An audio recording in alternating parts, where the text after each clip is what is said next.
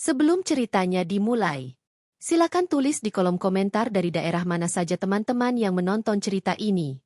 Dan jangan lupa like dan subscribe, agar channel Our Story bisa terus berkembang dan mempersembahkan cerita yang terbaik. Citra berdiri di depan cermin kamarnya, menatap bayangan wajahnya sendiri yang terlihat lembut sekaligus menyimpan kegelisahan. Rambut panjang hitamnya jatuh rapi di bahu. Matanya bulat kecoklatan dengan kilau sendu yang sering membuat orang lain betah berlama-lama menatap. Ia mengenakan gaun sederhana berwarna krem, bukan untuk pesta, melainkan hanya kebiasaan dirinya yang selalu menyukai sesuatu yang sopan dan tertata. Dari luar kamar terdengar suara burung perkutut milik almarhum ayahnya, yang dulu sering dijadikan pengingat akan rumah ini, rumah yang penuh kenangan dan juga penuh warisan tanggung jawab besar. Sejak kecil, Citra memang tumbuh dalam keluarga yang cukup berada. Ayahnya, seorang pengusaha kayu ternama di kotanya, meninggalkan harta melimpah setelah kepergiannya 3 tahun lalu. Sang ibu masih sehat, meski sering tampak letih mengurus urusan keluarga sendirian. Bagi Citra, harta itu bukanlah hal utama. Yang ia rindukan hanyalah sosok ayahnya, kehangatan yang dulu selalu membuat rumah ini ramai. Kini, setiap kali ia berdiri di ruang tamu yang luas, ia merasa keheningan itu semakin menyiksa. Seolah setiap sudut rumah menyimpan suara-suara lama yang tak lagi terdengar. Citra adalah anak sulung, memiliki 2 adik yang masih duduk di bangku kuliah.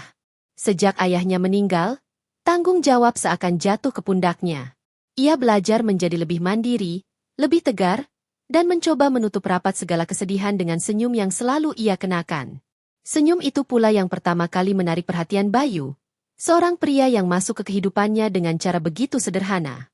Bayu adalah pria berusia 27 tahun, bertubuh tegap dengan kulit sawo matang dan senyum ramah yang mudah membuat orang percaya. Pertemuan mereka terjadi di sebuah acara bakti sosial yang diadakan kampus tempat Citra pernah kuliah. Saat itu Bayu datang sebagai salah satu relawan. Ia membantu mengangkat karung beras yang berat, dan dengan enteng berkata kepada Citra, "Hati-hati, Mbak. Karung ini bisa bikin tangan lecet kalau salah angkat." Kalimat sederhana itu, dengan nada rendah dan perhatian tulus, membuat Citra tanpa sadar menaruh rasa simpati. Dari pertemuan itu, komunikasi mereka berlanjut, lalu tumbuh menjadi kedekatan. Awalnya, hubungan itu terasa murni. Bayu sering menghubungi Citra, menanyakan kabar, mendengarkan keluh kesahnya. Ia hadir di saat-saat Citra kesepian, saat rasa kehilangan akan ayahnya kembali menyeruak. Bayu bisa menjadi pendengar yang baik, sosok yang seakan memahami luka lama Citra tanpa banyak bicara. Hanya dengan mendengar napas berat Citra di ujung telepon, Bayu bisa tahu bahwa gadis itu sedang menahan tangis. "Kalau capek, jangan dipendam sendiri, Cit," ucap Bayu suatu malam, "kamu boleh cerita apa saja ke aku." Dari situ, perasaan Citra semakin dalam.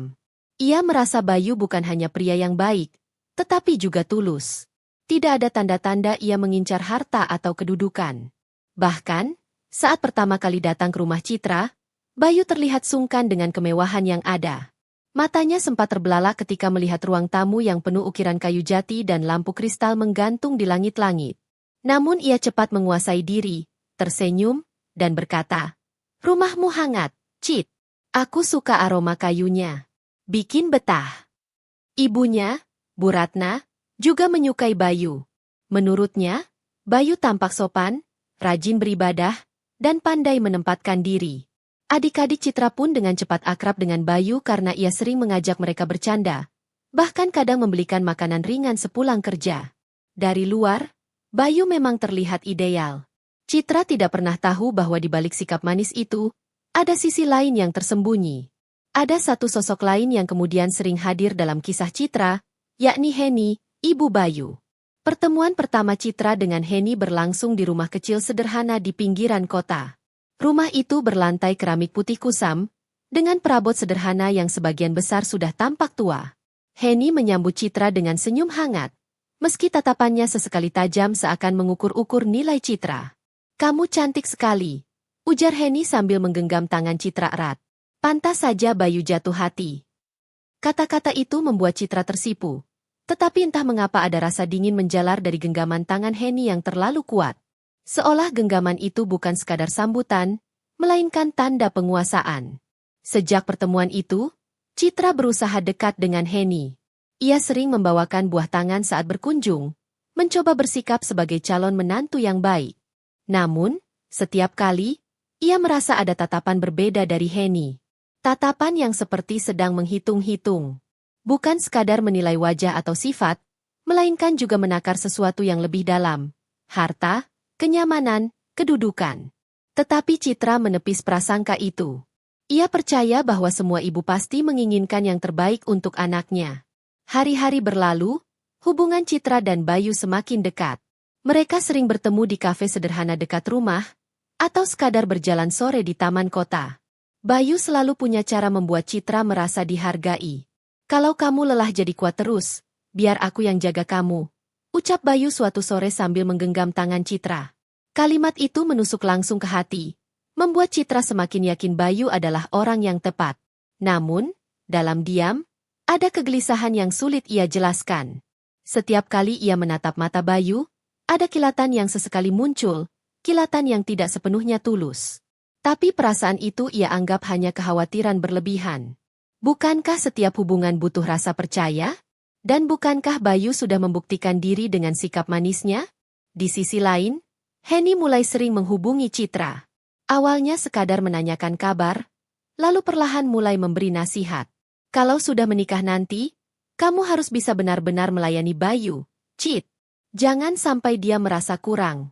Ingat, laki-laki itu mudah bosan kalau istri tidak bisa membuatnya nyaman.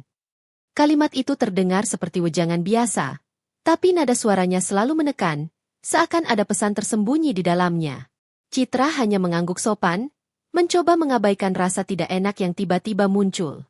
Malam-malam panjang Citra sering diisi dengan lamunan. Ia teringat pesan terakhir ayahnya di ranjang rumah sakit, dengan suara lirih penuh kasih. Jagalah dirimu, nak. Jangan mudah percaya pada siapapun yang datang karena harta. Nilai dirimu jauh lebih berharga daripada semua ini. Pesan itu selalu membayang, terutama ketika ia merasa ragu. Tapi setiap kali Bayu menatapnya dengan penuh cinta, semua keraguan itu runtuh, seolah kata-kata ayahnya hanya ketakutan masa lalu. Sampai akhirnya, Bayu melamar Citra. Lamaran itu sederhana, hanya keluarga dekat yang hadir. Bayu membawa cincin perak yang sederhana, tapi caranya menatap Citra saat menyematkan cincin itu membuat gadis itu menangis haru. Aku ingin kita bersama selamanya, ucap Bayu dengan suara bergetar. Citra mengangguk sambil tersenyum, dan keluarganya pun menyambut bahagia. Bahkan Bu Ratna memeluk Henny dengan erat, merasa lega bahwa putrinya akan segera memiliki rumah tangga sendiri. Namun, malam setelah lamaran, Citra tak bisa tidur. Ia duduk di ranjang, memandangi cincin di jari manisnya. Ada rasa bahagia yang besar, tapi juga ada bayangan samar tentang tatapan Henny yang terlalu tajam saat melihat cincin itu. Seperti ada kebanggaan yang bukan sekadar karena anaknya dilamar, melainkan kebanggaan karena sesuatu yang lebih dalam. Citra menghela napas, mencoba menepis perasaan itu, dan akhirnya terlelap dengan mimpi yang tidak jelas. Hubungan itu semakin berwarna setelah lamaran resmi berlangsung. Citra merasakan dunianya seakan berubah. Setiap pagi ia terbangun dengan senyum, teringat bahwa ia kini memiliki seseorang yang akan menjadi pendamping hidupnya. Pagi-pagi itu terasa berbeda, meskipun rutinitas tetap sama. Menyeduh kopi untuk ibu, menyiapkan sarapan untuk adik-adiknya, dan membersihkan meja makan yang selalu penuh canda. Namun, di balik rutinitas itu, selalu ada getar yang membuat hatinya hangat, Bayu. Bayu, dengan segala sikap manisnya, makin sering datang ke rumah. Tidak hanya sekadar untuk menemui Citra, tetapi juga berusaha mendekatkan diri dengan keluarganya. Ia membantu adik Citra, Yuni, belajar akuntansi. Ia bahkan pernah membantu adik laki-laki Citra, Raka, memperbaiki motor yang mogok. Aku dulu juga sering otak-atik motor, Rak, ucap Bayu sambil tertawa kecil. Tangannya berlumuran oli. Adegan itu membuat Raka langsung terkagum. Bagi Citra, itu seperti mimpi indah. Bagaimana mungkin ia menemukan seseorang yang bukan hanya bisa membuatnya merasa aman, tetapi juga bisa masuk ke keluarganya dengan begitu mudah?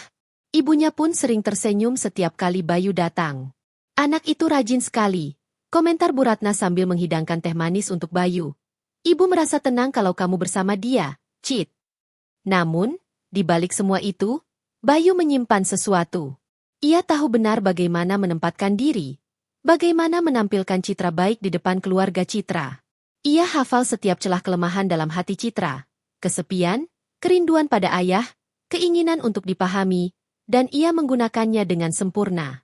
Citra sering bercerita pada Bayu tentang masa kecilnya. Tentang bagaimana ayahnya selalu menemaninya belajar menulis. Tentang kebiasaan kecil sang ayah yang selalu menepuk pundaknya setiap kali ia merasa takut. Ayahku selalu bilang aku kuat. B. Padahal, dalam hati aku rapuh sekali. Ucap Citra suatu malam saat mereka duduk di beranda rumah sambil minum teh hangat. Bayu menggenggam tangan Citra. Mulai sekarang, kalau kamu rapuh, kamu punya aku. Aku akan jadi pundak tempatmu bersandar. Aku nggak akan biarin kamu nangis sendirian. Kalimat itu menembus pertahanan Citra. Ia merasa benar-benar menemukan seseorang yang bisa mengisi ruang kosong dalam hatinya. Namun, ia tidak menyadari bahwa Bayu sedang menanam benih kepercayaan yang begitu dalam, kepercayaan yang kelak akan ia gunakan untuk menghancurkan. Di sisi lain, hubungan Citra dengan Henny mulai semakin sering terjalin. Awalnya, Citra merasa senang karena calon mertuanya begitu perhatian.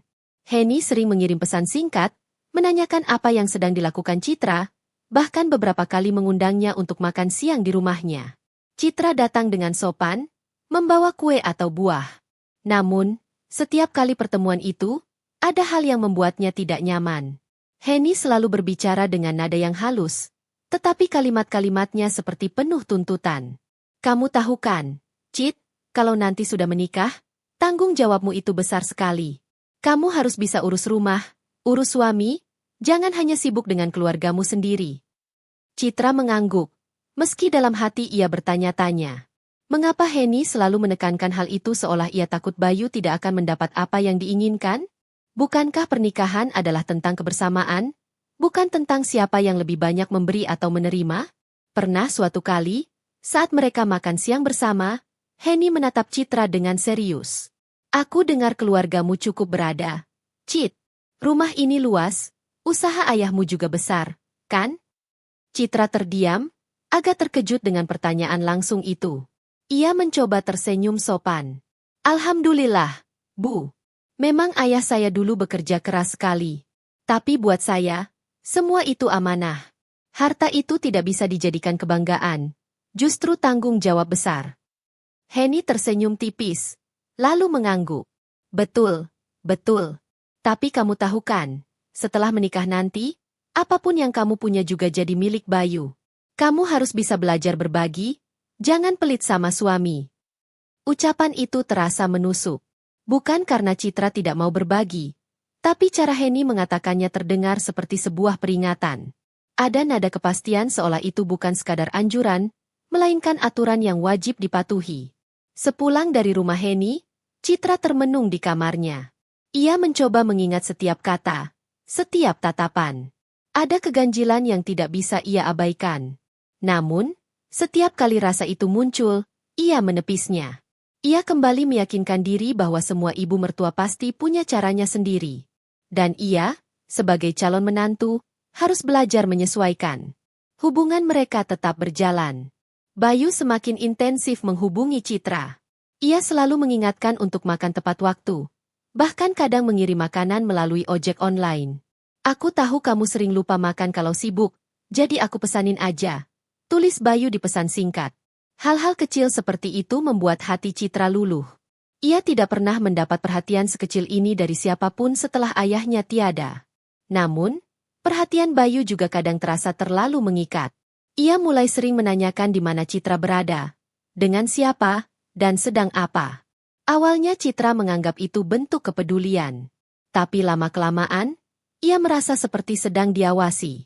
Pernah suatu kali, ketika Citra keluar bersama sahabat lamanya, Rani, telepon Bayu berdering berkali-kali. Lagi di mana? Suara Bayu di ujung telepon terdengar tegas. Aku lagi sama Rani, makan di kafe biasa. Kenapa? B. Kenapa nggak bilang dulu? Kamu tahu kan aku khawatir kalau kamu pergi sendirian. Aku nggak sendirian. Aku sama Rani. Kamu kan tahu Rani. Hening sejenak. Lalu Bayu menghela napas panjang. Ya sudah. Hati-hati, ya. Jangan lama-lama. Percakapan itu meninggalkan rasa aneh di hati Citra. Mengapa Bayu harus seposesif itu? Bukankah rasa percaya adalah dasar hubungan? Ia mencoba membicarakan hal itu dengan Rani, tetapi sahabatnya hanya tersenyum miring. Cit, kamu yakin Bayu benar-benar tulus? Kadang aku lihat caranya ngomong ke kamu itu kayak bukan cuma perhatian, tapi juga ngatur. Citra menatap sahabatnya, merasa tidak nyaman dengan komentar itu. Kamu salah, Ran. Bayu orangnya baik. Dia cuma khawatir. Itu normal, kan? Rani mengangkat bahu. Ya, semoga aja aku salah. Aku cuma nggak mau lihat kamu disakitin. Kata-kata itu terus terngiang. Namun, Citra lebih memilih menutup telinganya. Baginya, Bayu sudah terlalu banyak memberi bukti kasih sayang. Tidak mungkin ia memiliki maksud buruk. Hari-hari terus bergulir. Persiapan menuju pernikahan semakin nyata. Kedua keluarga sudah mulai membicarakan tanggal, tempat, dan segala hal kecil yang harus dipersiapkan. Di setiap pertemuan itu, Henny semakin menunjukkan dominasinya. Ia ingin mengatur dekorasi, menu makanan, bahkan siapa saja yang harus diundang. Pernikahan itu bukan hanya tentang kamu dan Bayu, Cit, ujar Henny pada suatu rapat keluarga, tapi juga tentang nama baik keluarga besar. Jadi tolong, biarkan saya ikut mengatur. Saya tahu yang terbaik. Citra menunduk, tidak ingin menimbulkan perdebatan. Tetapi di dalam hatinya, ia merasa seperti perlahan kehilangan kendali atas pernikahannya sendiri. Malam-malam berikutnya, Citra sering duduk di depan meja rias, menatap bayangan dirinya dengan pertanyaan yang sama. Apakah ia benar-benar siap? Apakah ia sudah mengenal Bayu sepenuhnya? Dan yang paling penting, apakah cinta cukup untuk menutupi semua keganjilan yang mulai ia rasakan? Hari yang ditunggu itu akhirnya tiba, hari pertunangan. Sejak pagi, rumah Citra sudah dipenuhi hiruk-pikuk keluarga besar yang datang membantu. Suara riuh para saudara yang menyiapkan segala kebutuhan berpadu dengan aroma masakan yang memenuhi dapur. Di halaman, para tetangga ikut sibuk menata kursi dan meja. Semua orang tampak bersemangat. Seakan-akan hari itu adalah pesta untuk seluruh kampung. Citra duduk di depan meja rias, mengenakan kebaya berwarna pastel dengan taburan payet halus. Tangan ibunya, Bu Ratna, yang sudah mulai berkeriput, dengan hati-hati merapikan kerudung di kepalanya. Kamu cantik sekali, Nak, ucap ibunya dengan suara bergetar. Ayahmu pasti bahagia kalau melihatmu hari ini. Ucapan itu membuat hati Citra mencubit. Ia menahan air mata, tersenyum sambil mengangguk. Aku juga merasa ayah ada di sini, Bu. Aku ingin membuatnya bangga. Bayu datang bersama rombongan keluarganya tepat pukul 10 pagi. Ia mengenakan setelan batik rapi, wajahnya dihiasi senyum menawan. Semua orang menyambut dengan hangat, memuji ketampanan Bayu yang semakin hari terasa memikat. Di sampingnya, Henny tampil elegan dengan kebaya biru tua, riasannya sempurna. Tatapannya menyapu ruangan dengan percaya diri, seolah ingin memastikan semua mata tertuju padanya. Acara pertunangan berlangsung hikmat. Sesuai adat, pihak keluarga Bayu membawa hantaran berisi buah, kue, dan perhiasan. Citra menunduk malu ketika cincin pertunangan disematkan di jarinya oleh Henny. Mulai hari ini kamu resmi jadi calon menantuku, ucap Henny dengan senyum yang dibuat hangat. Semoga semuanya lancar sampai hari pernikahan nanti. Citra menunduk hormat. Amin, Bu. Terima kasih. Tepuk tangan meriah terdengar. Para tamu tersenyum. Sebagian bahkan meneteskan air mata haru. Semua tampak sempurna, seperti potongan kisah cinta yang akan berakhir bahagia. Namun, di balik senyum itu, ada hal-hal kecil yang luput dari perhatian orang lain. Tatapan Henny yang tajam sesekali melirik sekeliling rumah Citra, dinding, perabot, bahkan foto-foto keluarga yang terpajang. Seperti ada kalkulasi di matanya, seolah sedang menilai berapa besar harta yang tersimpan di balik rumah megah itu. Bayu, sementara itu, bermain peran dengan sangat baik. Ia tidak hanya sibuk duduk sebagai tamu, melainkan turun tangan membantu menata kursi, menyapa para tetangga, dan bersenda gurau dengan adik-adik Citra. Raka bahkan berkata dengan lantang, kalau Bayu udah jadi kakak iparku, pasti seru. Dia bisa bantu aku lagi kalau motor mogok. Semua orang tertawa mendengar itu. Hanya Rani, sahabat dekat Citra, yang duduk agak jauh dengan ekspresi tak setenang yang lain. Ia memperhatikan setiap detail, terutama bagaimana Bayu dan Heni bertukar tatap seakan punya bahasa rahasia. Setelah acara inti selesai, suasana lebih santai. Para tamu menikmati hidangan, sementara Citra dan Bayu duduk berdua di ruang tamu yang sudah sedikit lengang. Aku nggak nyangka acaranya bakal semeriah ini, kata Bayu sambil menggenggam tangan Citra. Aku beruntung banget punya kamu. Citra tersenyum, pipinya memerah. Aku juga merasa beruntung, Bey. Semoga kita bisa jaga hubungan ini sampai selamanya. Bayu menatapnya dalam, lalu mendekatkan wajahnya. Aku janji akan selalu sayang sama kamu, apapun yang terjadi. Kalimat itu membuat Citra semakin yakin. Ia merasa semua keraguan yang sempat muncul sebelumnya hanyalah prasangka buruk.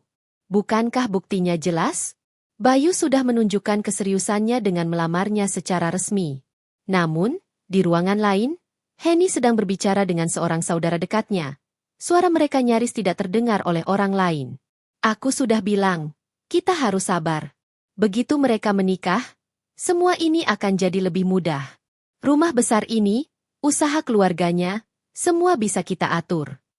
Saudara itu mengangguk pelan. Tapi kamu yakin Citra nggak akan curiga? Heni tersenyum tipis. Anak itu polos. Selama Bayu bisa jaga sikap manisnya, dia akan terus percaya. Aku yang akan pastikan semuanya berjalan sesuai rencana. Sementara itu, di halaman, Rani mencoba mendekati Citra. Cit, aku senang banget lihat kamu bahagia. Tapi aku harus jujur, aku masih belum sreg sama Bayu. Aku lihat dia terlalu sempurna. Orang yang terlalu sempurna biasanya menyimpan sesuatu. Citra mengerutkan kening, sedikit tersinggung. Ran, aku tahu kamu khawatir sama aku. Tapi Bayu benar-benar tulus. Kamu lihat sendiri kan, dia sayang sama keluargaku. Bahkan ibu juga percaya sama dia. Rani menggenggam tangan sahabatnya. Aku nggak mau kamu terluka. Cit, itu aja. Aku harap aku salah. Percakapan itu terhenti karena tamu lain datang menyapa. Namun, kata-kata Rani tetap menempel di hati Citra. Ia mencoba mengabaikannya, tapi jauh di lubuk hati, ada bisikan kecil yang membuatnya gelisah. Menjelang sore, acara pertunangan selesai. Para tamu mulai pulang, rumah kembali tenang. Citra duduk di kamarnya, memandangi cincin yang kini melingkar di jarinya. Indah, berkilau, seakan menjadi simbol kebahagiaan. Ia tersenyum, membayangkan masa depan bersama Bayu. Namun, ia tidak tahu bahwa cincin itu juga menjadi awal dari jebakan panjang yang sudah disiapkan oleh Bayu dan Heni. Sebuah jebakan yang kelak akan merenggut kebahagiaannya dan mengubah hidupnya menjadi badai penuh air mata. Hari-hari setelah pertunangan seakan berlalu dengan cepat. Di kalender, garis-garis merah mulai ditandai, menghitung hari menuju pernikahan. Setiap kali Citra menatap tanggal itu, dadanya berdebar antara bahagia dan gugup. Ia membayangkan gaun putih, janji suci, dan senyum Bayu yang akan menyambutnya di pelaminan. Pagi itu, Citra duduk di ruang tamu dengan setumpuk majalah pernikahan di pangkuannya. Ia sedang menandai contoh dekorasi dan gaun pengantin yang menarik hatinya. Sementara itu, Bayu datang membawa sekotak kue dari toko terkenal di kota. Aku bawa ini buat kamu, Cit. Katanya calon pengantin harus sering makan yang manis-manis biar hatinya juga manis. Ujarnya sambil menyodorkan kotak itu dengan senyum yang khas. Citra tertawa kecil. Kamu ini ada-ada aja. Tapi terima kasih, Bey. Ibu juga pasti suka. Mereka lalu duduk berdua, membuka lembaran majalah. Citra menunjukkan dekorasi bunga yang sederhana tapi elegan. Aku suka yang seperti ini. Nggak terlalu ramai, tapi tetap indah. Bayu mengangguk, tapi kemudian berkata, kalau menurutku lebih bagus yang mewah. Panggung besar, bunga di mana-mana, biar tamu terkesan. Kita kan harus tunjukin kalau acara kita nggak kalah sama yang lain. Citra terdiam sejenak. Ia tidak terlalu suka pesta yang berlebihan. Tapi Bayu begitu yakin dengan pendapatnya. Ya, mungkin kamu benar, ucapnya akhirnya. Aku akan coba bicarakan dengan ibu. Perbedaan kecil itu seakan tidak berarti. Namun, setelahnya, hal serupa mulai sering terjadi. Setiap kali Citra menyampaikan idenya, Bayu punya cara halus untuk menekankan bahwa idenya lebih baik. Dan entah mengapa, Citra selalu luluh, merasa mungkin pendapat Bayu memang lebih masuk akal. Sementara itu, Henny semakin sering ikut campur. Ia menelepon Citra hampir setiap hari, menanyakan perkembangan persiapan. Sudah kamu pesan catering? Jangan asal pilih, ya. Makanan itu penting. Jangan sampai memalukan keluarga besar Bayu. Atau, kamu sudah pilih perias pengantin? Saya kenal satu yang bagus, tapi mahal. Tapi nggak apa-apa, yang penting hasilnya sempurna. Setiap kali selesai bicara dengan Henny, Citra merasa dadanya sesak. Tekanan demi tekanan membuatnya mulai lelah. Namun, ia menenangkan diri dengan berpikir bahwa semua ini hanya demi kebaikan. Toh, semua calon pengantin pasti melewati fase penuh tuntutan seperti ini. Suatu sore, Citra pergi bersama Rani untuk melihat-lihat undangan pernikahan. Mereka masuk ke sebuah toko percetakan besar yang terkenal di kota. Di sana, Rani memperhatikan wajah sahabatnya yang tampak lesu. "Cit, kamu baik-baik aja? Dari tadi aku lihat kamu kayak capek banget." Citra menghela napas. "Aku? Ya, agak lelah. Banyak yang harus diurus, Ran. Bayu dan ibunya juga punya banyak permintaan. Aku takut nggak bisa memenuhi semuanya." Rani menatapnya dengan khawatir. "Kamu harus hati-hati, Cit. Jangan sampai semua ini malah bikin kamu kehilangan dirimu sendiri. Ini pernikahan kamu, bukan pernikahan mereka." Citra tersenyum kecut. "Aku tahu, Ran. Tapi aku nggak mau bikin masalah. Aku ingin semuanya berjalan lancar." Mereka kemudian memilih desain undangan dengan motif klasik. Citra tampak sedikit lebih tenang setelah keputusan itu. Namun, ketika Bayu melihat contoh undangan itu di malam harinya, ia langsung berkomentar, menurutku ini terlalu sederhana. Kamu nggak mau coba yang lebih elegan? Biar lebih kelihatan istimewa." Sekali lagi, Citra menyerah. Ia merasa suaranya tidak cukup kuat dibandingkan keyakinan Bayu. Ia mulai terbiasa menuruti keinginan calon suaminya, meski di dalam hati ada bagian kecil yang meronta. Di balik semua itu, Henny dan Bayu sering berbicara diam-diam. Suatu malam, mereka duduk di ruang keluarga rumah Henny, ketika Bayu baru saja pulang dari menemui Citra. "Ibu, semuanya berjalan sesuai rencana," ucap Bayu pelan. "Citra semakin percaya sama aku. Dia nurut, nggak banyak membantah." Henny tersenyum puas. "Bagus. Terus jaga itu. Jangan sampai dia curiga. Begitu akad selesai, kita akan mulai pelan-pelan. Kamu harus buat dia merasa kalau semua harta yang dia punya juga jadi tanggung jawabmu. Dari situ, kita bisa masuk." Bayu mengangguk mantap. "Aku ngerti, Bu. Tenang aja." Percakapan itu hanya mereka berdua yang tahu. Sementara Citra di rumahnya sibuk menyiapkan daftar tamu, ia tidak pernah membayangkan bahwa di balik senyum manis Bayu, ada niat tersembunyi yang kelak akan menghancurkan hidupnya. Beberapa hari kemudian, terjadi kejadian kecil yang kembali membuat Citra ragu. Ia sengaja datang ke rumah Henny untuk mengantarkan kue. Namun, ketika ia sampai di halaman, ia mendengar suara Henny berbicara di telepon. "Ya, rumahnya besar sekali. Harta warisan dari suaminya. Kalau Bayu sudah menikah dengan Citra, kita tidak perlu khawatir lagi. Semua akan jadi lebih mudah diatur." Citra terdiam, tubuhnya membeku. Kata-kata itu begitu jelas. Ia mencoba menenangkan diri, berpikir mungkin ia salah dengar. Ia mengetuk pintu, dan Henny langsung menyambutnya dengan senyum hangat seolah tidak ada apa-apa. "Citra. Wah, kamu datang bawa kue? Terima kasih banyak, Nak. Ayo masuk. Ayo." Citra masuk, duduk di ruang tamu, namun hatinya gelisah. Kata-kata yang ia dengar tadi terus bergema di kepalanya. Ia ingin bertanya langsung, tapi takut terlihat tidak sopan. Maka ia hanya diam, mencoba meyakinkan diri bahwa mungkin memang telinganya salah menangkap. Tetapi sejak hari itu, Citra mulai menyimpan rasa was-was yang sulit ia redam. Ia mencintai Bayu, ia ingin percaya. Namun, bayangan ucapan Henny selalu muncul, seperti awan hitam yang menutupi langit cerah kebahagiaan yang sedang ia jalani. Malam itu, sebelum tidur, Citra menatap cincin pertunangannya sekali lagi. Tangannya bergetar, hatinya penuh tanya. "Ayah, Apakah aku sedang membuat keputusan yang benar? Bisiknya dalam hati. Pagi itu langit cerah, tapi hati Citra terasa mendung. Semalam ia tak bisa tidur nyenyak. Bayangan ucapan Henny yang tak sengaja ia dengar terus berputar dalam pikirannya, membuat dadanya sesak. Ia berusaha meyakinkan diri bahwa mungkin ia salah paham. Tapi semakin mencoba melupakan, semakin jelas suara itu terngiang. Ia duduk di teras rumah sambil menatap jalanan yang lengang. Cincin pertunangan di jari manisnya berkilau terkena sinar matahari. Tapi bagi Citra, kilau itu terasa aneh, seakan-akan menyembunyikan sesuatu di balik cahaya indahnya. "Cit, kamu nggak sarapan?" Suara Raka memecah lamunan. Adiknya membawa piring berisi nasi goreng buatan ibu. Citra menggeleng pelan. "Nanti aja, Kak. Aku masih nggak enak badan."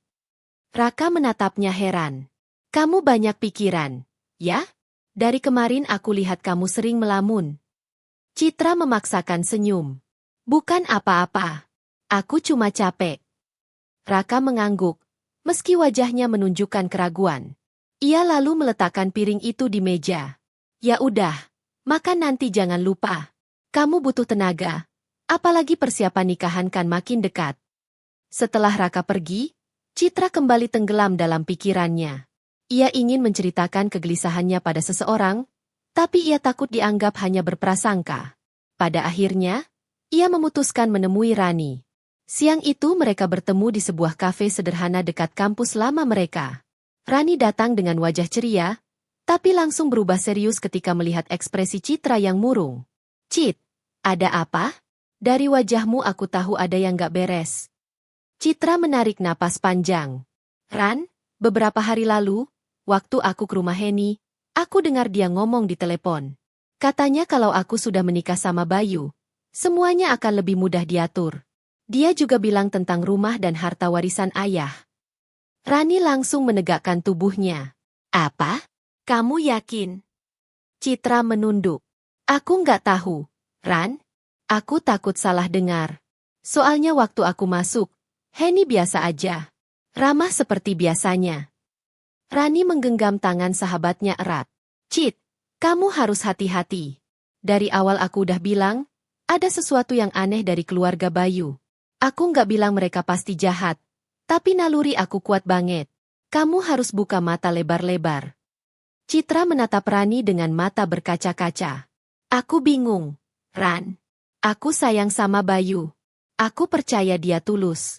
Tapi, kalau benar Henny punya maksud lain, apa aku juga harus curiga sama Bayu?" Rani terdiam sejenak, lalu berkata hati-hati. "Cinta bisa bikin kita buta, Cit.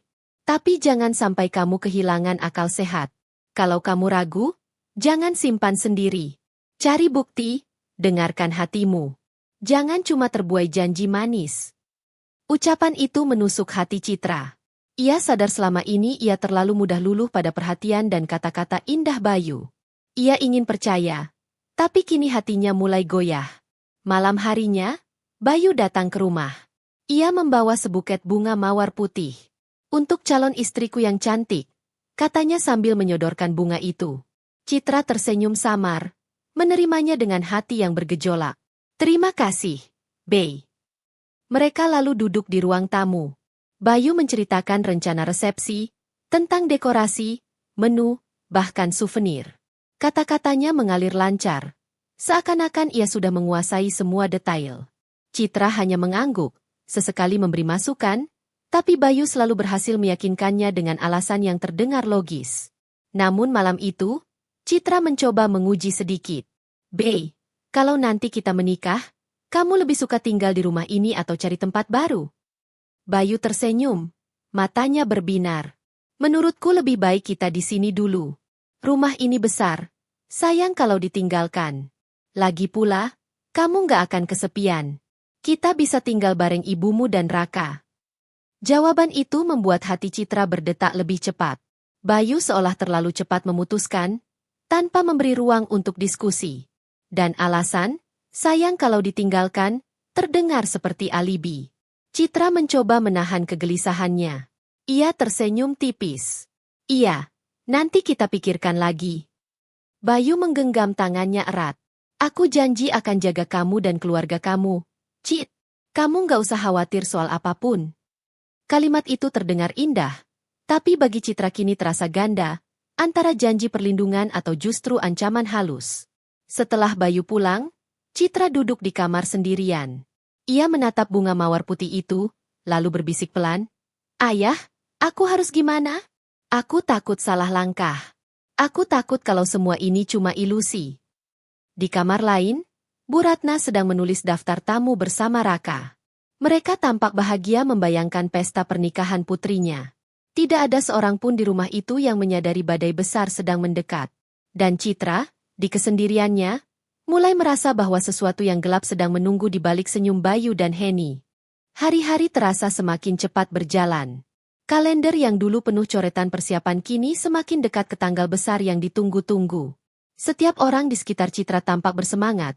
Bu Ratna sibuk menyiapkan baju kebaya untuk acara akad, Raka mengurus daftar undangan kolega almarhum ayah, bahkan tetangga-tetangga ikut menanyakan kapan acara akan digelar. Namun di hati Citra, ada sesuatu yang berbeda. Semakin dekat hari pernikahan, bukannya semakin bahagia, ia justru semakin diliputi perasaan was-was.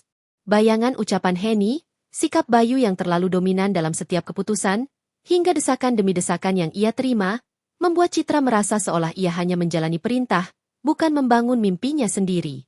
Pagi itu, Rani kembali datang ke rumah. Ia membawa setumpuk kain contoh dari penjahit yang akan membuat seragam keluarga. "Cit, kamu harus pilih cepat. Nanti kalau keburu mepet, penjahitnya kewalahan." Citra mengangguk lemah, lalu menatap kain-kain itu dengan tatapan kosong. "Aku bingung, Ran. Semua warnanya bagus, tapi aku nggak terlalu peduli. Rasanya, aku kehilangan semangat." Rani menatapnya tajam. "Cit, kamu ini calon pengantin. Bukannya makin semangat, malah makin murung. Ada apa lagi? Jangan bilang kamu masih mikirin omongan ibunya Bayu itu." Citra terdiam. Ia tak bisa menyangkal. Lalu ia menghela napas panjang. "Iya, Ran. Aku masih kepikiran. Aku tahu mungkin aku terlalu berlebihan. Tapi setiap kali Bayu bicara soal tinggal di rumah ini setelah menikah, aku merasa ada sesuatu yang disembunyikan." Rani menaruh kain di meja, lalu menggenggam tangan sahabatnya. "Dengar, Cit, kamu masih punya waktu. Kalau kamu merasa ada yang gak beres, jangan diam saja. Cari tahu. Jangan sampai kamu menyesal setelah semuanya terlambat." Ucapan itu membuat Citra merenung dalam-dalam. Malamnya, saat ia sedang duduk di kamarnya, ia memberanikan diri membuka kembali beberapa dokumen lama milik ayah yang tersimpan di lemari. Surat tanah, sertifikat rumah, dan buku tabungan keluarga. Semua tersusun rapi, Bu Ratna menjaganya dengan baik. Namun, baru kali itu Citra benar-benar menyadari betapa berharganya semua itu. Rumah besar tempat ia tinggal, tanah di pinggiran kota, juga simpanan ayah yang cukup besar. Semuanya atas nama Bu Ratna dan Citra. Hatinya mendadak berdebar. Apakah ini yang mereka incar? Bisiknya pada diri sendiri. Keesokan harinya, Bayu datang lagi. Kali ini ia tampak lebih manis dari biasanya.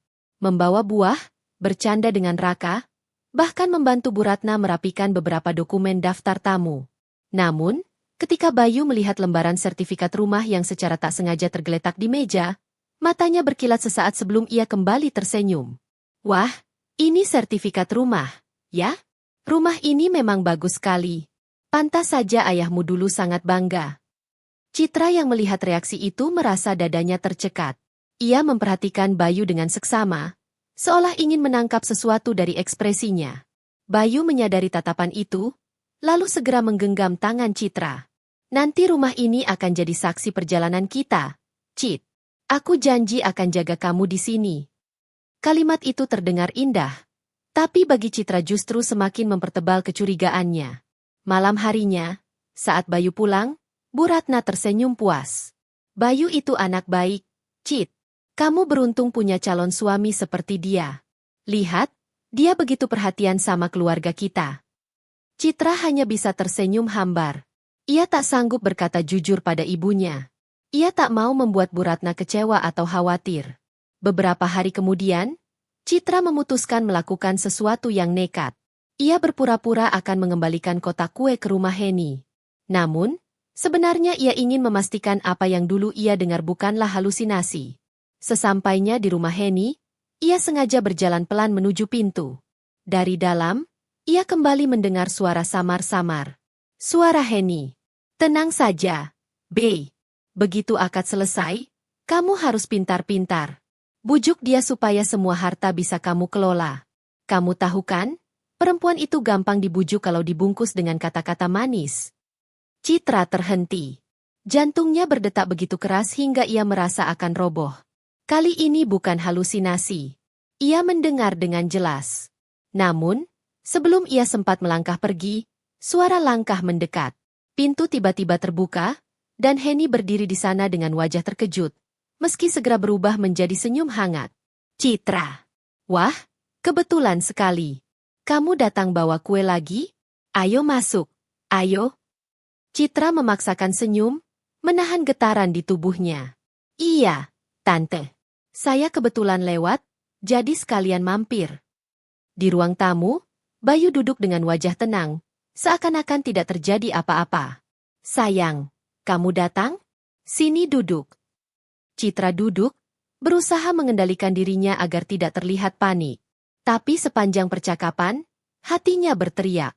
Ia mulai yakin, ada sesuatu yang salah, dan ia tidak bisa lagi menutup mata. Malam itu, begitu kembali ke rumah, ia menangis di kamar. Ia meremas bantalnya, tubuhnya gemetar. Ayah, benar dugaanku. Mereka memang merencanakan sesuatu. Apa aku harus terus maju dengan pernikahan ini? Air matanya mengalir deras. Untuk pertama kalinya, Citra merasa dirinya terjebak dalam jalan yang penuh jebakan. Sementara semua orang di sekelilingnya melihatnya seolah ia sedang menuju kebahagiaan. Hari-hari terasa semakin berat bagi Citra.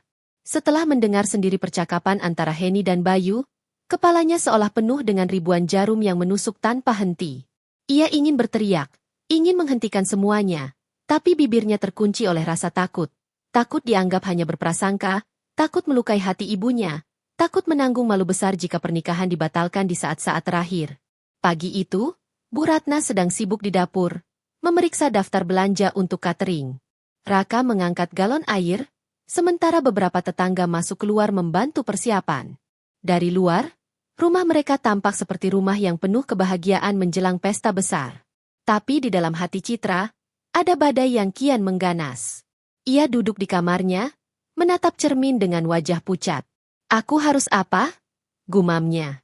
Ia menyentuh cincin di jari manisnya, lalu perlahan melepasnya. Air matanya menetes, jatuh di atas meja rias. Ponselnya bergetar. Sebuah pesan masuk dari Bayu. Sayang, besok aku mau ajak kamu lihat tempat honeymoon yang sudah aku booking. Kamu pasti suka. Jangan khawatir, semua sudah aku atur. Citra menatap pesan itu lama. Kata-kata Bayu terasa seperti jerat halus yang makin mengikatnya. Semua sudah diatur. Seolah-olah ia tidak perlu berpikir, tidak punya pilihan. Dan justru itulah yang membuatnya semakin takut. Siang itu, Citra memberanikan diri menemui Rani lagi.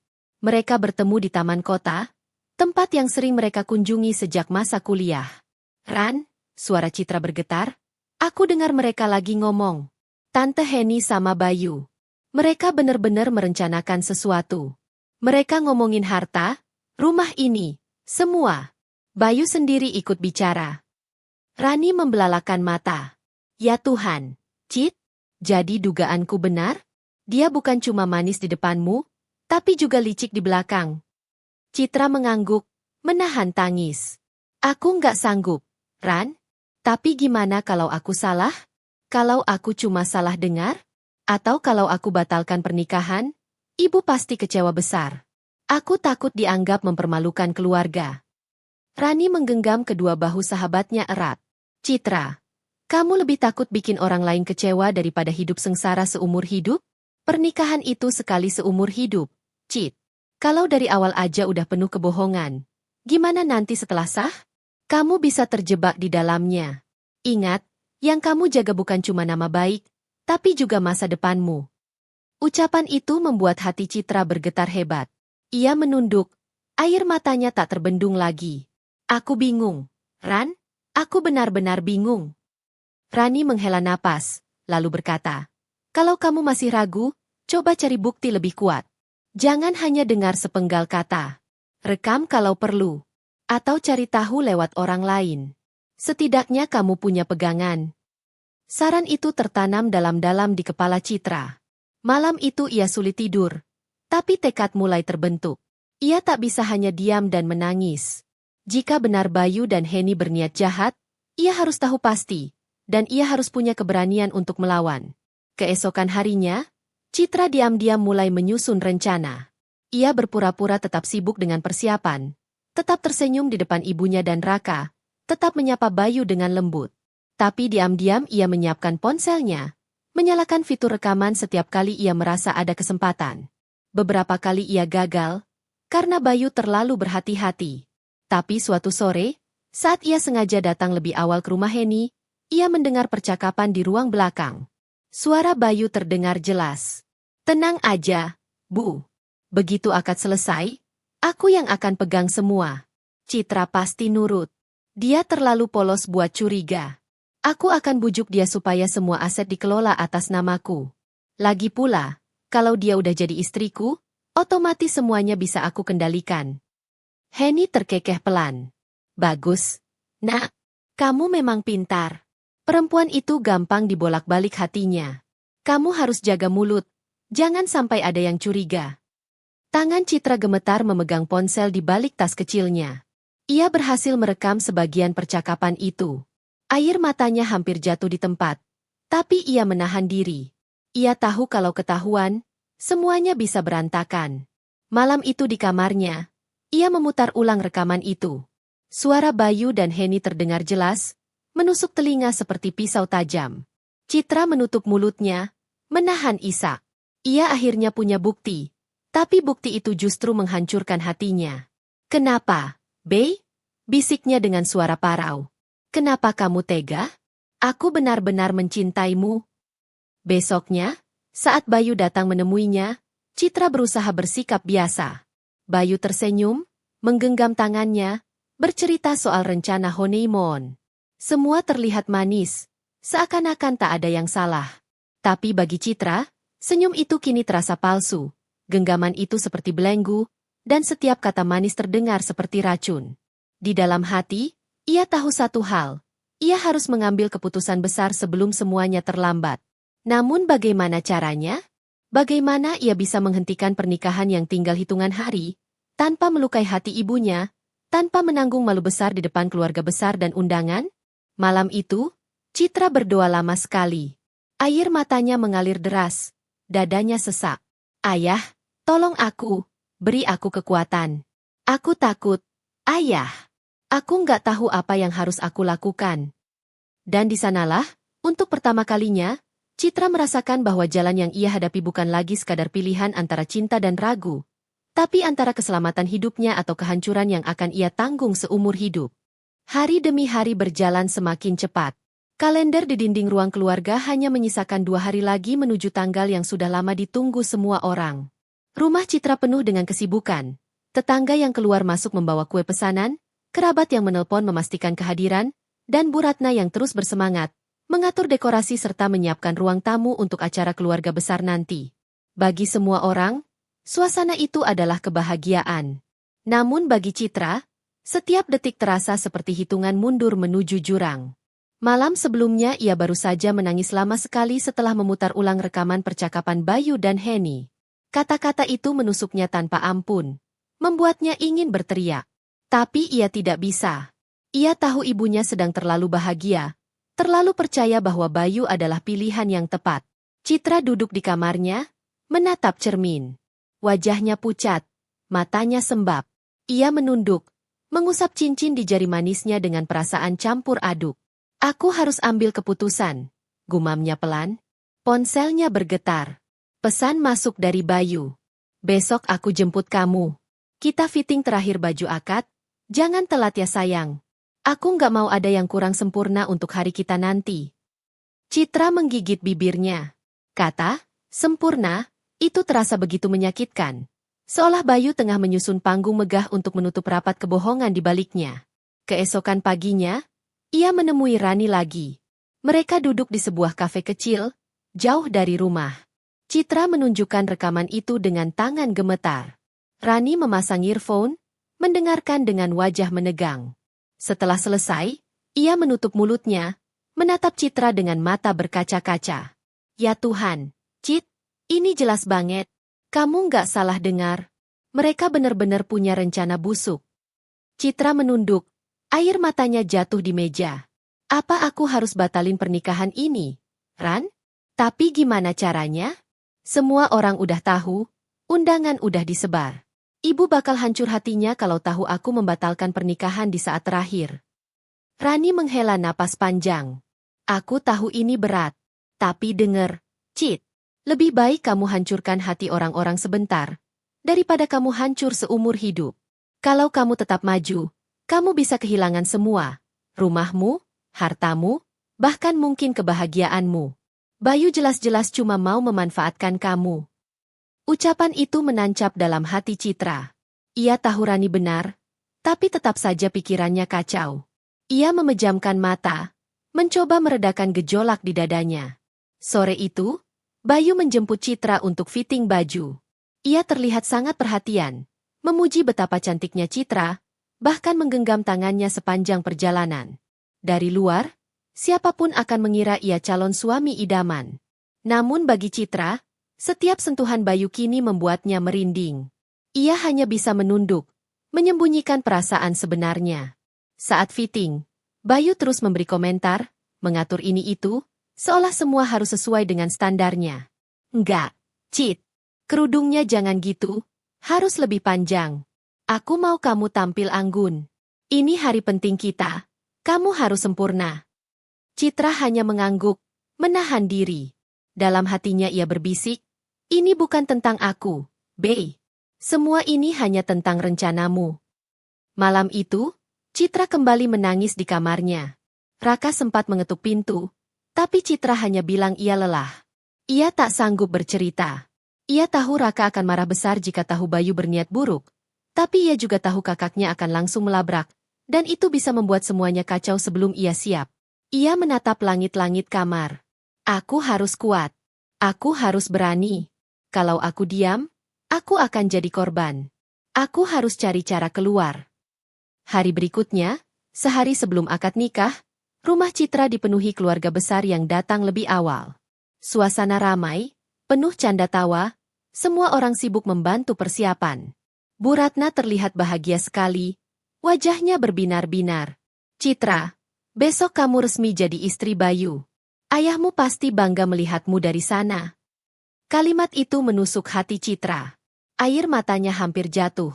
Tapi ia buru-buru menunduk. Ia tak ingin ibunya melihat kesedihannya. Di tengah hiruk-pikuk itu, Rani diam-diam menelpon Citra, memastikan rencana mereka. Cit, kamu udah yakin? Kalau kamu mau kabur, ini saatnya. Besok terlalu berisiko. Citra terdiam lama, lalu menjawab lirih. Besok, Ran. Aku harus tunggu besok. Aku nggak bisa bikin ibu kecewa sebelum acara. Tapi aku tahu, aku nggak bisa lanjut. Aku nggak sanggup.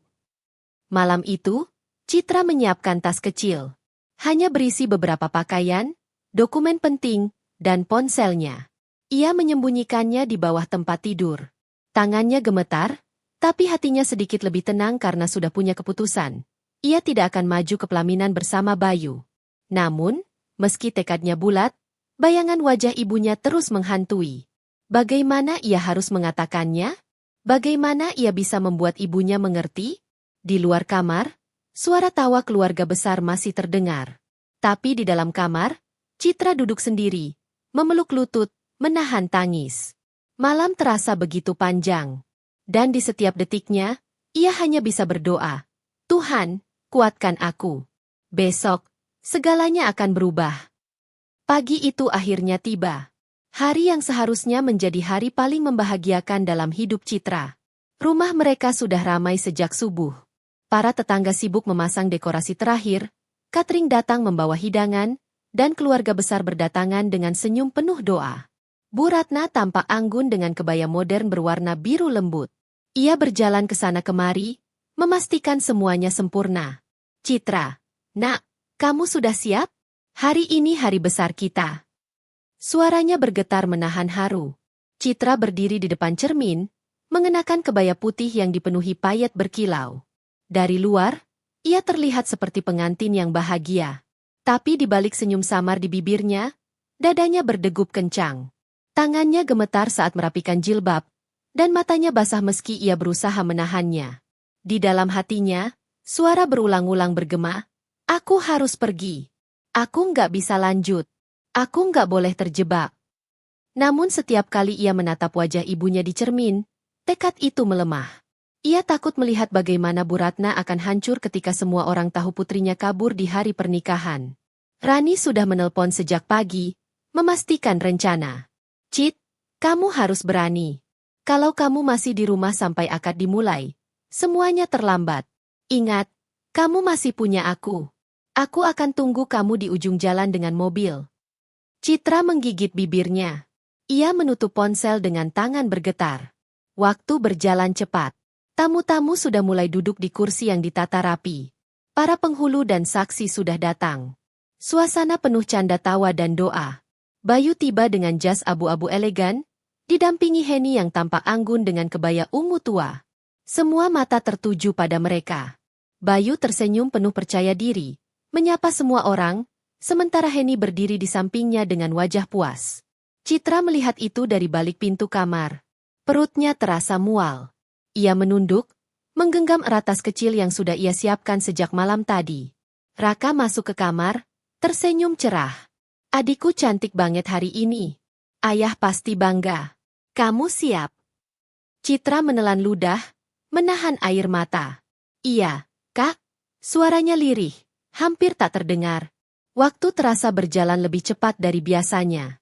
Dekorasi bunga, lampu-lampu gantung, dan suara gamelan dari pengeras suara memenuhi rumah itu. Semua orang menunggu detik-detik sakral, akad nikah. Lalu, tepat 10 menit sebelum acara dimulai, Citra hendak keluar kamar menuju ruang tamu. Namun langkahnya terhenti ketika ia mendengar suara dari arah dapur belakang. Ia mendekat perlahan, jantungnya berdegup keras. Dan di sanalah ia mendengar percakapan itu. "Leg." Suara Heni terdengar jelas. "Ingat, Bayu. Setelah akad, jangan buang waktu. Suruh Citra tanda tangan dokumen pengalihan aset secepatnya. Biar semua lancar. Perempuan itu pasti nggak akan menolak kalau kamu yang minta." Bayu menjawab dengan nada yakin. "Tenang, Bu. Dia udah di tanganku." Citra terlalu polos buat sadar. Begitu semua harta dia beralih, kita nggak perlu lagi khawatir. Aku bisa urus sisanya. Istriku itu nggak akan punya kuasa apa-apa lagi. Telinga Citra berdengung. Dunia serasa runtuh. Suara tamu-tamu di ruang depan terdengar samar, seolah jauh sekali. Yang ia dengar hanya kata-kata itu, berulang-ulang, menusuk hatinya tanpa ampun.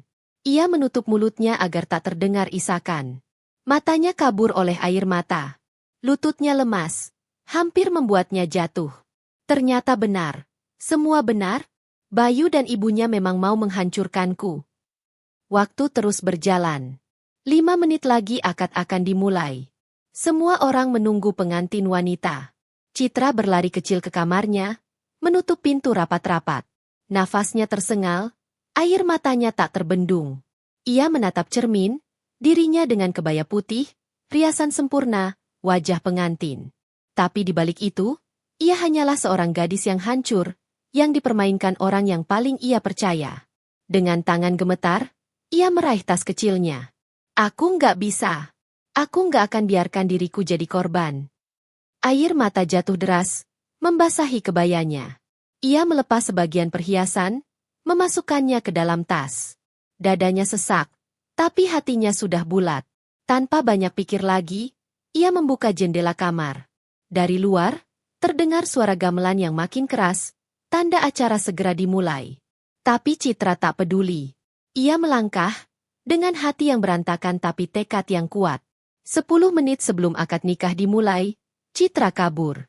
Suara gamelan semakin meninggi, menandakan akad nikah akan segera dimulai. Tamu-tamu sudah duduk rapi.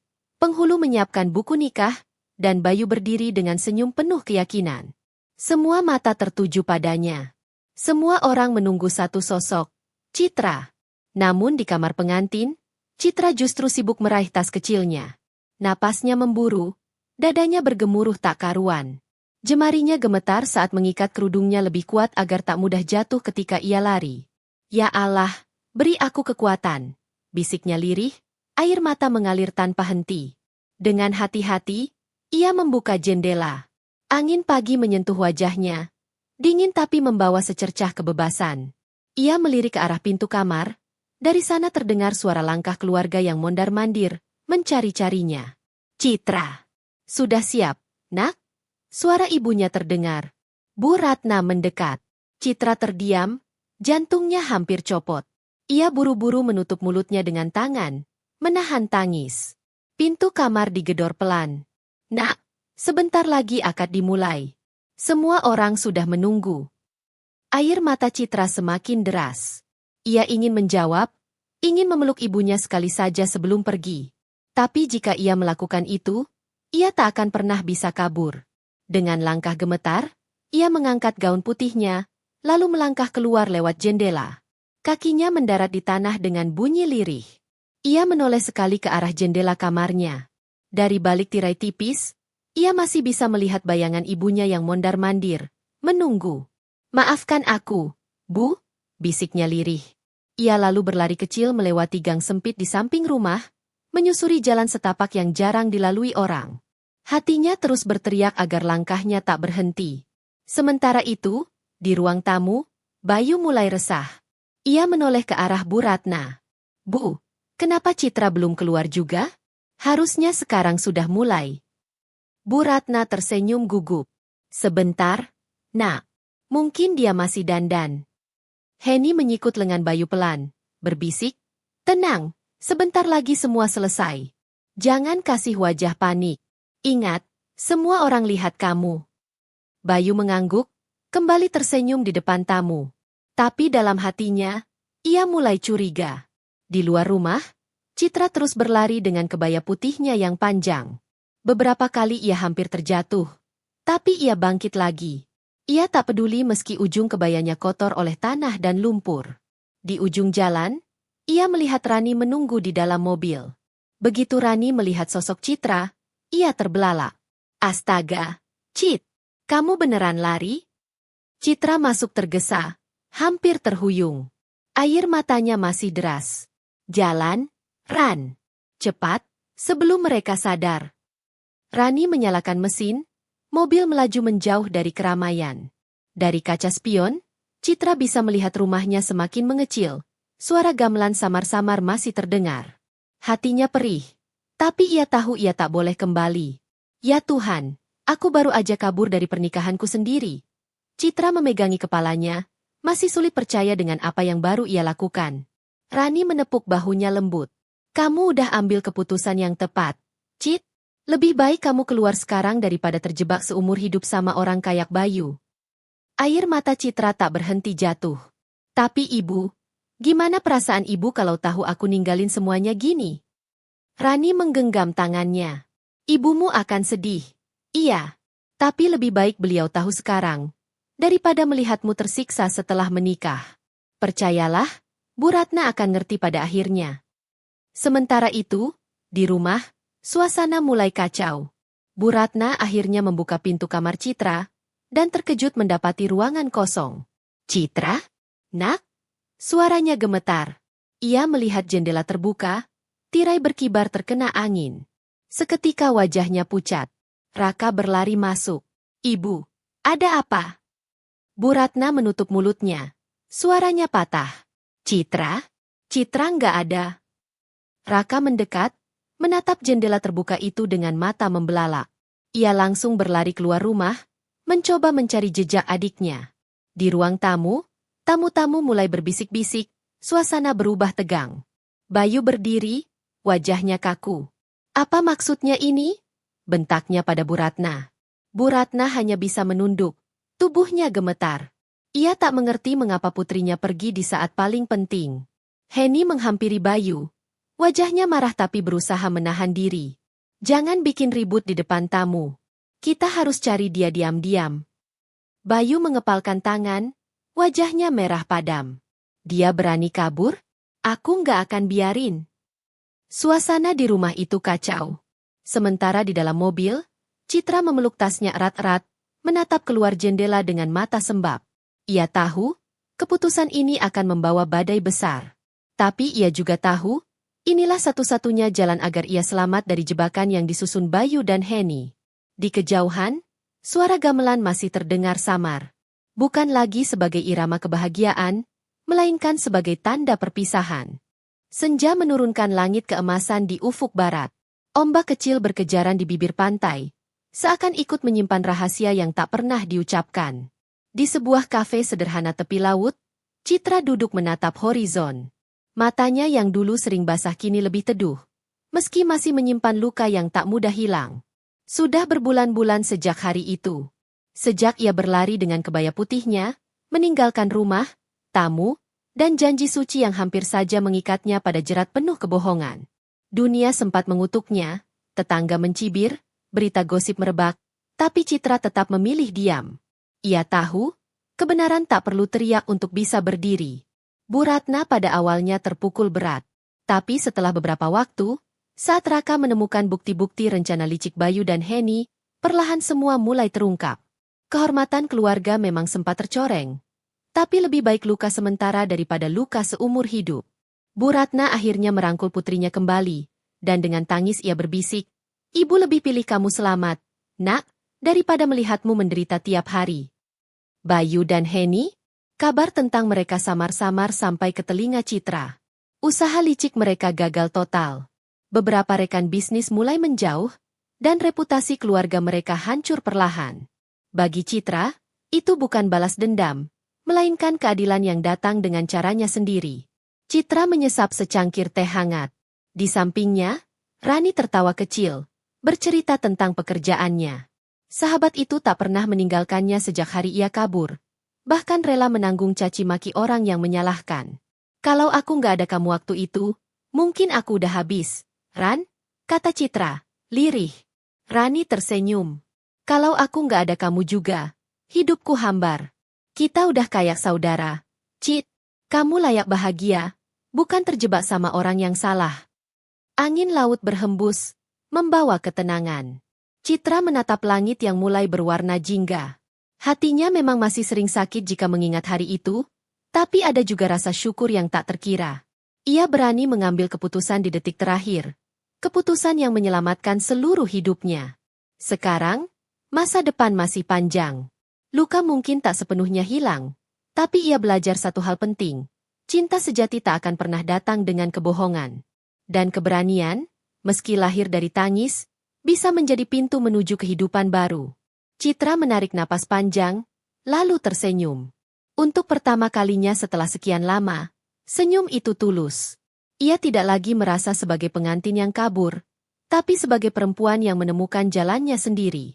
Kilauan karena ada saatnya, pergi bukanlah tanda kelemahan, melainkan awal dari kebebasan.